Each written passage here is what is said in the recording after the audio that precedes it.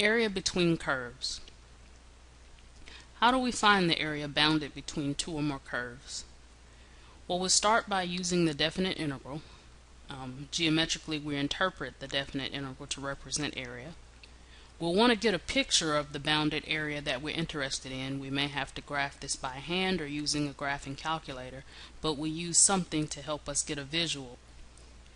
Given two curves f and g, where f is greater than or equal to g on a given interval a to b, then the area between the two curves is determined by the integral from a to b of f of x minus g of x. Since f is always greater than or equal to g, think of f as the curve on top and g as the curve on the bottom. Okay, so you're taking the top curve minus the bottom curve and then evaluating that integral from a to b. So here's an example. Find the area between the two curves below on the interval from -1 to 3. Starting with -1 and then ending with 3, we can see that the line y equals x plus 1.5 is the curve that's always on top. The parabola 1/2 x squared is the curve that's on the bottom. And here in between these two curves, this region is the area that we're interested in computing. So we'll use the formula which says that the area is equal to the integral from a to b of f minus g, the top curve, minus the bottom. So we'll set up and evaluate that integral. We're going to go from -1 to 3, and we're going to take the line and subtract from it the parabola. That is, we take x plus 1.5 and subtract 1/2 x squared. To find the value of this integral, we can go ahead and perform those antiderivatives and get 1/2 x squared plus 1/2 x minus 1/6 x to the third, and then we'll need to evaluate that from -1 to 3. Or we can use the graphing calculator. Either way, we should end up with 16/3 as the value of the area of that shaded region.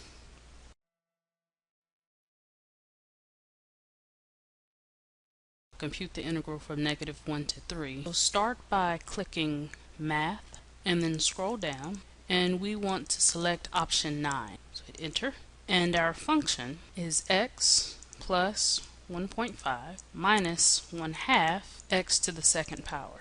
Close that second set of parentheses. Then we need a comma and the letter x to indicate that we're about to integrate with respect to x. We need another comma, then -1, our lower limit, comma again, 3, our upper limit, and then we close our first set of parentheses. Hit enter, and it tells us that the value of that integral is 5 1/3. We can choose the math menu, hit number 1, and convert that answer into a fraction. And so the value of the integral, which represents the area between those curves, is 16/3.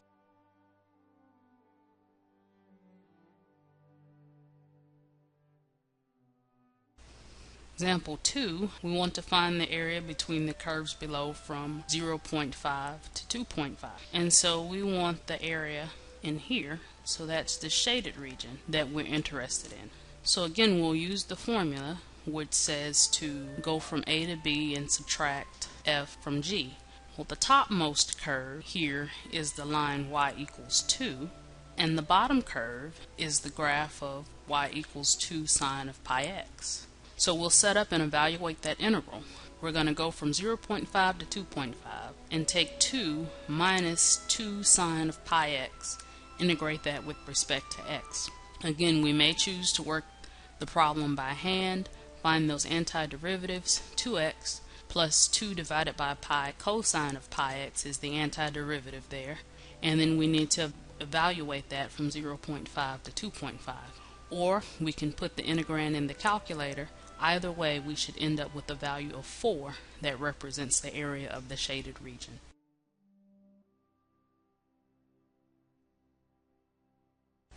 We can repeat the same process for our next integral. This time our function is 2 minus 2 sine pi x. We're integrating with respect to x, and our integral is from 1/2 to 2.5. And the value of that integral, which represents the area between the curves, is 4.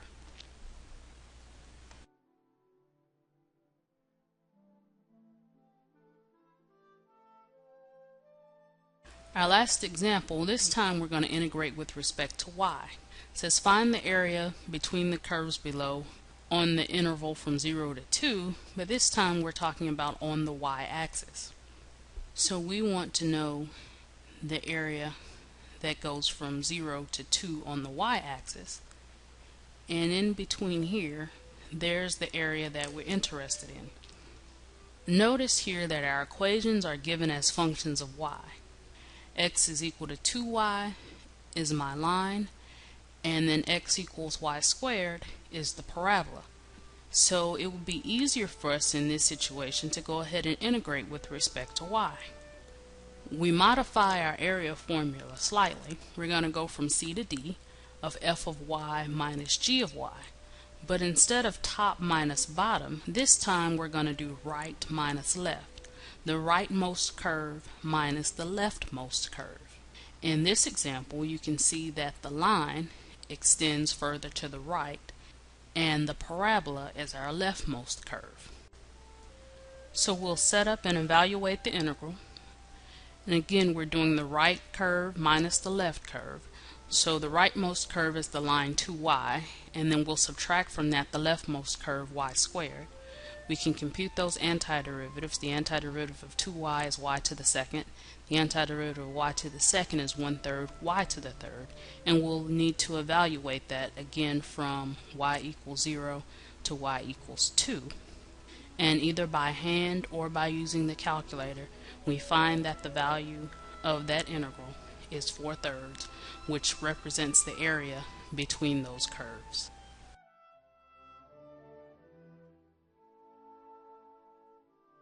Lastly,